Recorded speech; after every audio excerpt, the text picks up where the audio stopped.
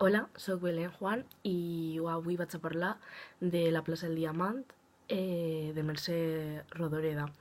Ella és considerada una de les millors escriptores de la llengua catalana més influents de la seva època. La seva producció abarca tot tipus de gèneres, tant poesia com el teatre com el conte, però podríem dir que destaca sobretot en la novel·la. La seva novel·la, La plaça del Diamant, s'ha convertit en un clàssic de la literatura catalana de postguerra, sobretot per l'època en la que abarca. L'acció transcorre a Barcelona i abarca des de 1928 fins a 1950 aproximadament. Natàlia és la protagonista de la història, és una noia tímida, la qual acudís a un ball a la plaça del Diamant, que es troba a la Vila de Gràcia. Allí coneix a Quimet, el qual té una personalitat totalment diferent a la seva, ja que és un noi que té una personalitat molt forta, té un gran caràcter i uns ideals molt fèrrits. S'enamoren i Colometa, que és com la crida ell, decideix deixar el seu treball a la pastisseria i casar-se amb ell. Tenen dos fills, l'Antoni i la Rita. Quimet treballa en una fusteria i Colometa es posa a fer feines de la casa.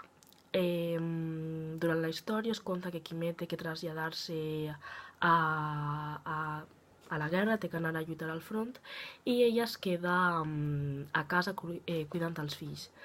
Ella mor en la guerra i ella es queda viuda, desolada, sense feina i pensa que no pot tirar endavant i per això decideix acabar la seva vida.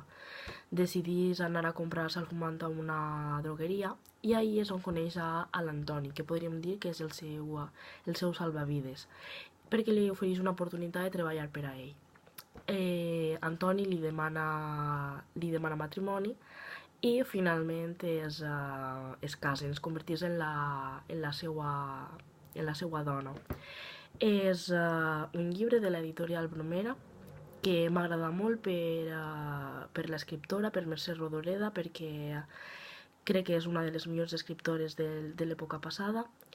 A més, l'obra està escrita en la meva llengua i crec que és un clàssic que, a part de llegir-se obligat a batxiller, que és quan jo ho vaig llegir, crec que és un clàssic que es hauria llegir per la història que es transcorre, sobretot pels temps i per la forma del llenguatge. Trobo que és una obra fundamental per a qualsevol persona i sobretot la història és molt emocionant.